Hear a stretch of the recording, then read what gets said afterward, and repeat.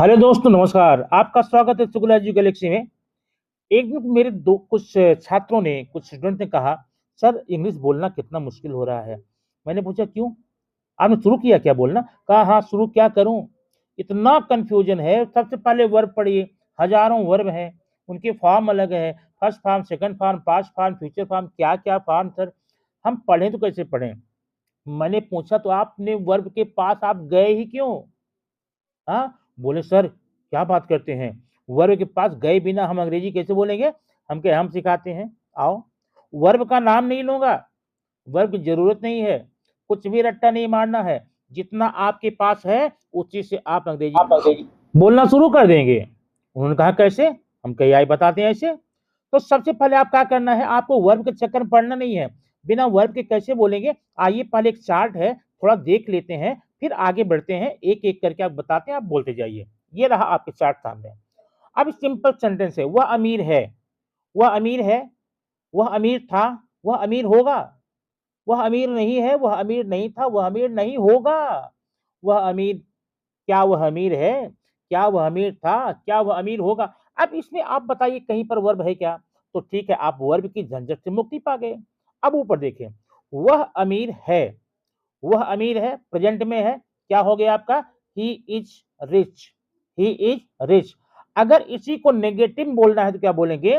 वह अमीर नहीं है, ही इज नॉट रिच। क्या वह अमीर है, ये क्वेश्चन है, तो आप हेल्पिंग वर्ब को बाहर कर देते हैं, इज ही रिच। और सिंपली अगर इसी को पास्ट में जाएंगे, वह अमीर था, ही वाज रिच। नेगेटिव में क्या बोलेंगे? वह अमीर नहीं था, ही वाज नॉट रिच। क्या वह अमीर था? Was he rich. अब फ्यूचर में क्या करेंगे? सब्जेक्ट के बाद में क्या लगा? विल बी, याद रखना, विल बी। वह अमीर होगा, ही विल बी रिच। वह अमीर नहीं होगा, he will not be rich. क्या वह अमीर होगा? Will he be rich.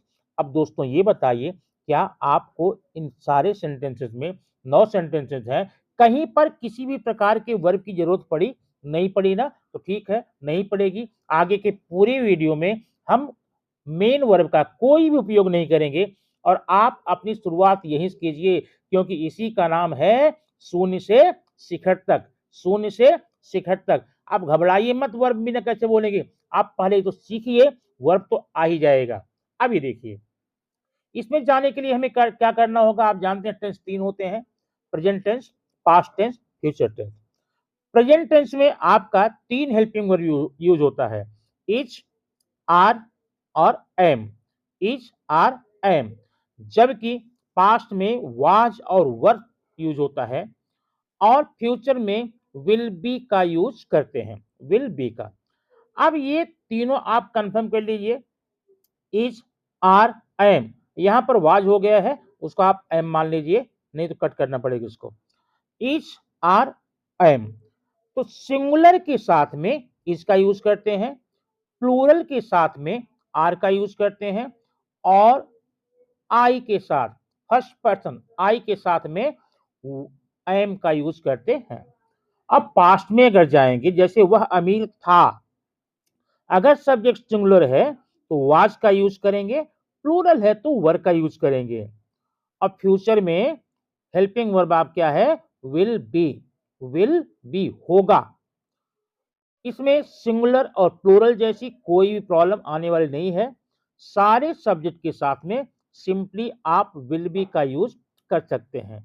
जैसे वह अमीर होगा, ही विल बी रिच। तो आइए इन सारी चीजों को एक एक करके पढ़ते हैं, और कंफर्म होने के लिए। पहले हम देखते हैं सिंपल प्रेजेंट टेंस। इसमें आपके लिए 3 हेल्पिंग वर्ब मिलते हैं, केवल 3 है, इज, एम, आर।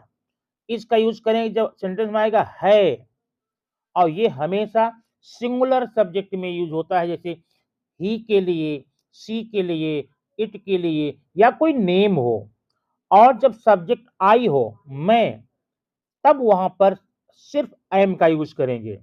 जबकि प्लूरल के लिए कौन कौन है प्लूरल? दे, वी, यू, या इसके अलावा कोई भी प्लूरल सब्जेक्ट हो, बॉयज हैं, गर्ल्स हैं, वी हैं, दे हैं, काउज हैं, इसके लिए आपको आर का यूज करना पड़ेगा और हिंदी में यह होता है हैं या हो। जैसे वे बहुत चालाक हैं, दे आर वेरी क्लेवर।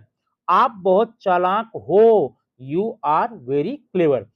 इन 3 हेल्पिंग वर्ब को ध्यान से आप रखिए, ध्यान रखिए। अब इस सेंटेंस है वह अमीर है, वह सिंगुलर है ना, तो वह के लिए क्या लगाएंगे, इज लगाएंगे, ही इज रिच। और अगर इसी को नेगेटिव बनाना है, इसी इज एम आर के बाद में नॉट जोड़िए, ही इज नॉट रिच। और इंट्रोगेटिव बनाना है, इसी हेल्पिंग वर्ब के पहले आप क्या करेंगे, हेल्पिंग वर्ब को स्टार्टिंग कर दीजिए, is he rich, they are happy, they are not happy, are they happy, I am happy, I am not happy, am I happy. इस प्रकार से छोटे सेंटेंस बनाइए, घर पे बैठ करके देखिए, सामान बनाइए सेंटेंस। अब आते हैं पास्ट में।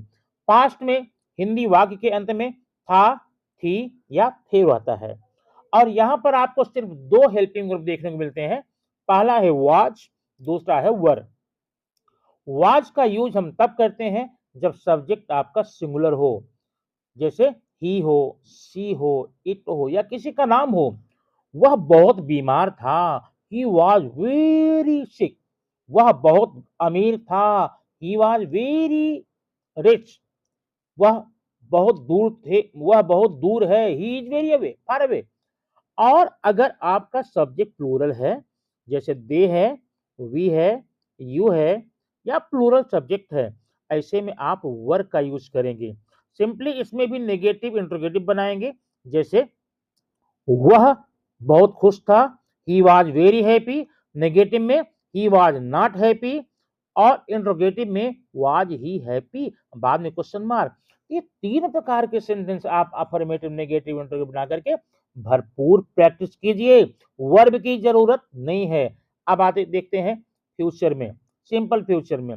सिंपल फ्यूचर में सिर्फ एक हेल्पिंग वर्ब है, सिर्फ एक है, विल बी। विल बी, यहाँ पर सब्जेक्ट के नंबर का या पर्सन की कोई झंझट नहीं है।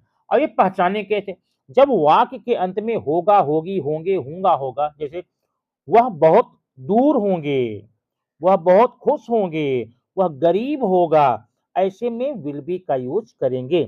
और नेगेटिव इंट्रोगेटिव सेम रहेगा, जैसे वह अमीर होगा, ही विल बी रिच। वह अमीर नहीं होगा, he will not be rich. क्या वह अमीर होगा, विल ही बी रिच। ऐसे सेंटेंसेस का उपयोग करके, ऐसे सेंटेंस बना बना करके आपको कुछ भी न लिखने की जरूरत है, न नोट बनाने की जरूरत है। आपने अभी वीडियो देखा, अब वीडियो देखने के तुरंत बाद शुरू हो जाइए, जो भी आपके अगल बगल में दिख रहा है उसको is am are, was, were, will be का यूज करके कर सकते हैं। और ये डेली स्पीकिंग सेंटेंसेस आप जरूर देखिए, क्योंकि आपके बहुत ही काम देने वाला है और आपकी इंग्लिश को मजबूत करेगा। थैंक यू वेरी मच, फिर मिलते हैं।